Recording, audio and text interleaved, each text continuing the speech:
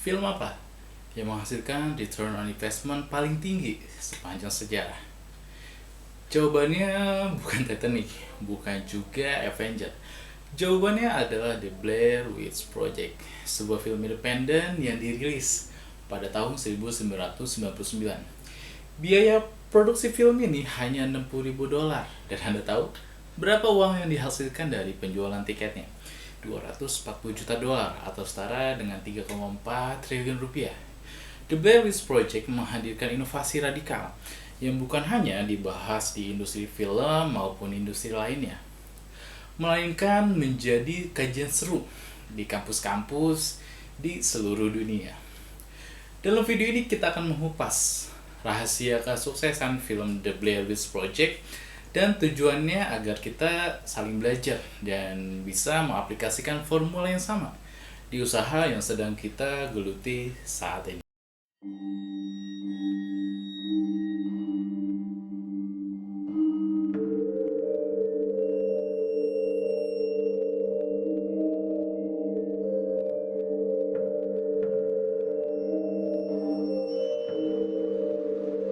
Itu adalah kalimat pembuka dari film yang bertajuk The Blair Witch Project, sebuah film independen yang diluncurkan pertama kali di Amerika Utara di pertengahan tahun 1999 dan kemudian menyebar ke seluruh dunia pada tahun yang sama. Di luar dugaan produsernya sendiri, film ini menjadi blockbuster hits di dunia yang menjadikannya film independen paling sukses sepanjang sejarah. Sangat amazing. Bagaimana kualitas filmnya? Ini yang menarik. Situs film review terkenal IMDb memberikan rating 6,4 dari 10. Dan The Blair Witch Project ini mendapatkan penghargaan Worst Film Award dari 20 Golden Raspberry Award. Ya, seburuk itu kan filmnya. Bayangin aja ya, film itu hanya dibuat dengan menggunakan handycam, sebuah cam recorder aja yang biasa dibuat untuk video rumahan pada tahun itu. Dan sang aktor yang memegang kamera sepanjang film baru diajarkan cara menggunakannya 2 hari sebelum syuting itu dimulai. Sebagian besar gambar goyang parah karena gambar diambil sambil aktornya itu memegang kamera dan berlari-lari. Lalu bagaimana mungkin film seburuk itu menjadi film independen paling sukses atau paling laris sepanjang sejarah? Ini yang menarik, ini yang kita bahas. Mau tahu rahasianya? Rahasianya ada pada visi pembuat film dan kepiawaiannya dalam mengintegrasikan antara produk dan kemasan marketingnya. Tiga hal ini menjadi kunci keberhasilan dalam bisnis apapun sebenarnya. Termasuk saat ini bisnis yang mungkin sedang teman-teman bangun. Dalam banyak perusahaan termasuk industri film, produksi dan marketing dilakukan oleh 2 departemen yang berbeda atau bahkan kadang 2 perusahaan yang berbeda. Tim produksi fokus pada desain dan membuat produk yang terbaik, dan produk yang sudah jadi dilempar ke bagian marketing untuk kemudian dipikirkan dan mengeksekusi cara terbaik untuk mempromosikan produk tersebut. Daniel Myrick dan Eduardo Sanchez, 2 sutradara dan penulis film ini tersebut sudah memikirkan bagaimana integrasi keduanya, yaitu produksi dan marketing, 6 tahun sebelum film itu diluncurkan. Selama itu pula mereka konsisten dan all out dalam menjalankan rencananya tersebut. Dan mereka sederhana. Tujuan mereka itu sederhana. Mereka ingin membuat film fiktif bergenre horor yang disajikan dengan gaya dokumenter supaya penontonnya percaya semua yang ada di film ini merupakan gambar dan kejadian dari yang sebenarnya terjadi. Nah, hal itu merupakan keyakinan mereka berdua, sutradara dan penulis itu, bahwa menonton film dokumenter tentang kejadian menakutkan yang benar-benar terjadi itu berkali-kali lipat lebih menakutkan dibanding menonton film fiktif yang penontonnya saja udah tahu kalau bahwa itu merupakan kisah rekan aja, sengaja dibuat. Maka pada tahun 1993 proyek film ini dimulai. Mereka berdua memulainya dengan mengembangkan sebuah legenda fiktif tentang Blair Witch, penyihir Blair. Selain membuat ceritanya, mereka juga mencari lokasi yang tepat. Mereka menemukan sebuah hutan dekat dengan Burkett Fields, negara bagian Maryland. Sesuai dengan imajinasi mereka tentang Blair Witch. Bukan hanya tentang ilustrasi suasana hutannya saja, melainkan orang-orang sekitar yang tinggal di hutan itu juga memiliki cerita misteri tentang hutan tersebut. Documentary Yeah. about the Blair Witch. Oh, Oh, have you heard of the Blair Witch? oh yeah. That's an old story. I remember Mr. Parr was an old hermit, Right. and he lived up on a mountain. He had a place up there. Been there for a long time. You've heard of the Blair Witch Several times. several times. And what was the first incident? Well, I've heard stories about her from people and neighbors and stuff like that, but also I saw a documentary on the Discovery Channel or somewhere Really? once about her, about the ghosts Really? and legends of Maryland. Berbeda dengan kebanyakan skenario film lainnya yang tebal hingga ratusan halaman, skenario yang dibuat oleh dua orang ini tebalnya hanya 35 halaman. Pada dasarnya, isi dari skenario hanya berisi plot cerita, uraian adegan demi adegan yang diimbuhi catatan. Dialog dilakukan dengan improvisasi sesuai dengan situasi. Agar menghasilkan gambar dialog dan ekspresi aktor yang semakin mendekati situasi yang sesungguhnya seperti yang diinginkan oleh sutradara, maka para aktor yang memainkan peran sebagai mahasiswa film yang membuat film dokumenter ini dilepas di dalam hutan selama 8 hari. Saat itulah proses syuting dimulai. Mereka dibekali kamera handycam untuk merekam kejadian-kejadian sekitar mereka dan yang menimpa mereka selama 8 hari itu. Serta makanan secukupnya selayaknya ya mahasiswa yang sedang bikin tugas aja memfilmkan dokumenter gitu di dalam hutan.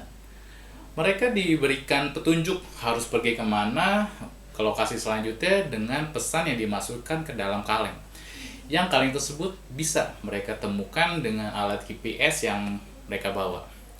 Para aktor tersebut tidak tahu bahwa lokasi hutan yang sudah ada, yang sudah mereka datangi itu sudah set sedemikian rupa untuk mendukung cerita dan suasana legenda Blair Witch. Aktor-aktor lainnya itu juga udah ditanam di lokasi untuk menghidupkan legenda tersebut, mendorong cerita ke arah yang diinginkan oleh sang sutradara. Bahkan ketika malam datang, para aktor itu terus bergerak di dalam hutan dan sutradara sengaja membuat bunyi-bunyian misterius yang membuat para aktor benar-benar ketakutan. Where? Hear it. I don't hear shit. You hear that?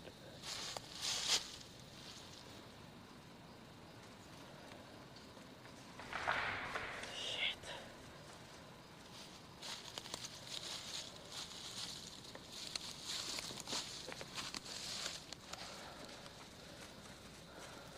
Hello? Bahwa konon katanya, sutradara sengaja membatasi makanan yang dibawa oleh para aktor untuk membuat mereka kelaparan. Halhasil, para aktor ini benar-benar merasakan dan mengalami kejadian yang menakutkan selayaknya karakter yang mereka perankan. Kamera handycam yang mereka pegang merekam semua interview dengan warga, antar pemain, dan semua kejadian-kejadian menyeramkan yang terjadi di hutan itu selama 8 hari. Semua proses produksi dilakukan dengan memastikan bahwa footage yang diambil benar-benar tampak seorisinal mungkin dengan kejadian nyata yang menyeramkan. Yang terekam dalam semua video sinematografi seperti ini kemudian menjadi populer dengan istilah found footage technique. 20 jam rekaman yang dihasilkan oleh para aktor kemudian dipilih dan disunting sehingga hanya 82 menit agar layak ditayangkan di bioskop. Itu baru dari sisi produksi. Sekarang kita pindah ke sisi marketing. Sebelum film ditayangkan di bioskop, produser film membuat dokumentari cerita fiktif yang dikemas selayaknya film dokumenter. Judulnya Curse of the Blair Witch, yang ditayangkan di televisi nasional Selain memberikan backstory dari film mockumentary, ini bertujuan untuk membangun tentang legenda Blair Witch, yang kemudian mereka membuat poster tentang orang yang hilang yang menunjukkan foto 3 pemain film dengan detail di mana lokasi terakhir mereka terlihat, yaitu dekat hutan. Poster ini sengaja disebar meluas di kota di mana film ini diputar. Dan film Blair Witch ini adalah film pertama yang memanfaatkan internet secara penuh untuk mempromosikan filmnya, untuk menciptakan nuansa realisme dari legenda Blair Witch ini. Sang sutradara sampai membuat website yang berisikan laporan polisi tentang 3 mahasiswa yang hilang tersebut, serta ada interview warga yang seakan bergaya newsreel tentang kejadian-kejadian misterius yang ada di hutan tersebut. Di website itu juga menampilkan interview polisi setempat yang bicara tentang kasus yang mereka tangani terkait 3 mahasiswa ini. Sampai dibuat seperti seolah-olah kejadian itu benar-benar nyata. Bahkan gilanya lagi ya, selama tahun pertama film ini diputar, IMDb website film database ini menulis bahwa semua pemain film Blair Witch ini hilang, diasumsikan meninggal. Totalitas produser film dalam memasarkan legenda Blair Witch ini berbuah manis. USA Today menetapkan film ini sebagai film pertama yang go viral, meskipun teknologi yang mendukung keviralan ini belum diciptakan saat itu, ya seperti Instagram atau Twitter.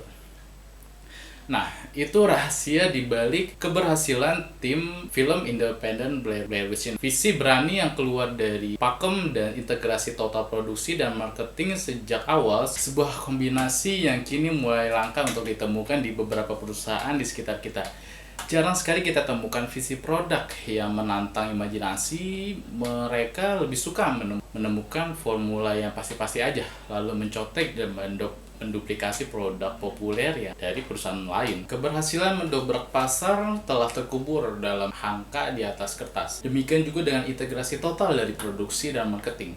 Itu hanya kisah dongeng yang terjadi apik di buku tebal yang ada di perpustakaan. Sekarang kita semakin sulit menemukannya di dunia nyata. Jika Anda benar-benar ingin membangun karya masterpiece, ingin menghasilkan lompatan nilai yang fenomenal untuk semua stakeholder Anda, mulailah dengan mengizinkan Anda untuk berimajinasi. Keluarlah dari jebakan mediokritas. Beranikan diri Anda untuk melangkah di luar pakem industri, kemudian satukan tim produksi dan marketing Anda dengan visi bersama yang menggugah, yang menggerakkan, yang mengikat langkah basuh ikatan itu dengan gairah yang tidak kunjung padam. Jika Anda mampu melakukannya itu, maka sesungguhnya Anda telah menanam bibit-bibit keajaiban di usaha Anda. Tidak mudah, pasti. Tidak ada yang mudah dari sebuah mahakarya. Tetapi bukankah itu justru yang membuat sebuah mahakarya layak untuk diperjuangkan, layak untuk dihargai?